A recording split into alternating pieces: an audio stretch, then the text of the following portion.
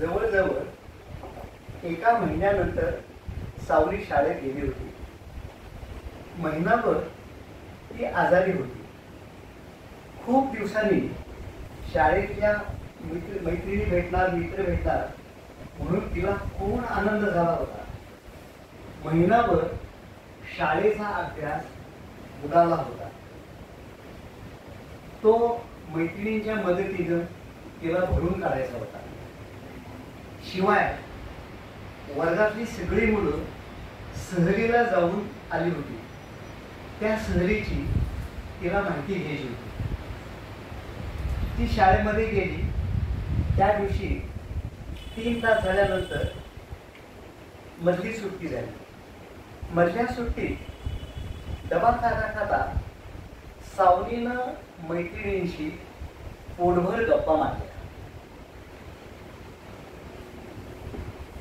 वर्गाची सहल शिवनेरी किल्ल्यावर गेली होती.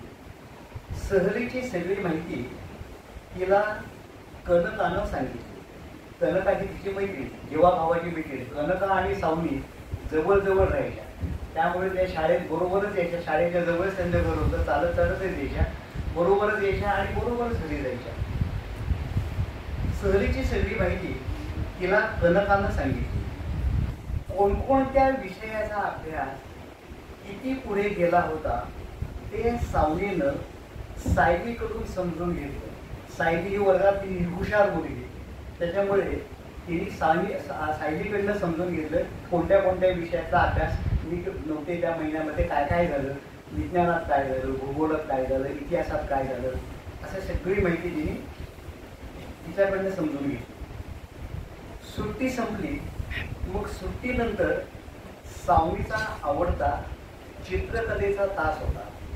लक्षात घ्या, चित्रकला, गायन, हस्तकला अशा काही गोष्टी किंवा असे काही विषय आपल्याला शाळेमध्ये शिकवतात. शाळेच्या अभ्यासाव्यतिरिक्त हे विषय आपल्याला कशाला शिकवतात असं मनात आणू नका.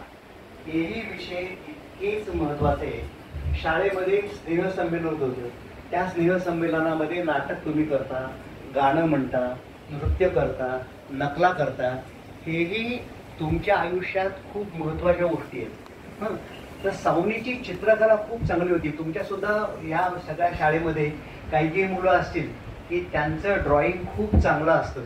त्यांना बघा विज्ञानामध्ये किंवा भूगोलामध्ये आकृत्या खूप छान काढता येतात. बाकीच्यांना थोडा प्रयत्न करावा लागतो. त्यांनी गणपतीचे चित्र काढलं तर ते मारुती सारखं येतं. पण ज्यांचं ड्रॉइंग चांगलं असतं त्यांना आकृत्या खूप चांगल्या काढता येतात. तसं सावलीचं चित्रकला चांगली होती. सुट्टीनंतर सावलीचा आवडता चित्रकलेचा तास होता. चित्रकलेच्या बाईंनी फळांच्या करंडीचं चित्र काढायला सांगितलं. अशी करंडी अशी उघडी, त्याच्यामध्ये ते फळं ठेवलेली आहे. सफरचंद, डाळिंब, सीताफळ अशी सगळी फळं ठेवलेली आहे. चित्रकलेच्या बाईंनी फळांच्या करंडीचं चित्र काढायला सांगितलं. सावलीनं काढलेलं चित्र बाईंना खूप आवडलं. बाईंनी ते चित्र सगळ्या वर्गामध्ये मुलांना दाखवलं. सावलीला खूप आनंद झाला. त्या दिवशी शेवटचा तास विज्ञानाचा होता. विज्ञानाच्या सरांनी कंकणाकृती सूर्यग्रहण कसं होतं ते खूप छान शिकवलं. लक्षात घ्या की चंद्रग्रहण आणि सूर्यग्रहण असे 2 प्रकारची ग्रहणं आपण पृथ्वीवरनं बघू शकतो. चंद्रग्रहण 2 प्रकारचं असतं. ज्यावेळी संपूर्ण चंद्र आपल्याला दिसत नाही त्याला आपण म्हणतो खग्रास चंद्रग्रहण आणि टोटल एक्लिप्स. आणि ज्यावेळी आपल्याला चंद्राचा काहीच भाग दिसतो, काही भाग दिसत नाही, त्याला म्हणतात खंडग्रास चंद्रग्रहण, पार्शियल एक्लिप्स. सूर्याचीही म्हटलं सूर्याला 3 प्रकारचे ग्रहण होतात. सूर्यग्रहण आपल्याला अमावास्येला दिसतं. चंद्रग्रहण आपल्याला पौर्णिमेला दिसतं. कारण पौर्णिमेला चंद्र, सूर्य आणि पृथ्वी हे 3 एका ओळीमध्ये येतात. आणि कंकणाकृती सूर्यग्रहण हे अतिशय रेअर, फार 10 वर्षांनी, 15 वर्षांनी, 70 वर्षांनी असं होतं. तर कंकणाकृती सूर्यग्रहण कसं होतं, का होतं हे सरांनी अतिशय छान समजावून सांगितलं. आणि मग तास आता तो शेवटचा तास होता, शाळा सुटायला होती.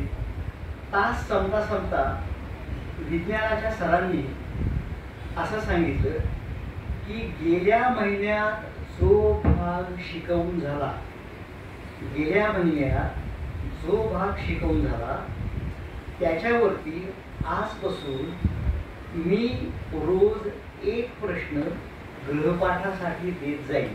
तुम्हाला सुद्धा तुमचे शिक्षक गृहपाठासाठी काही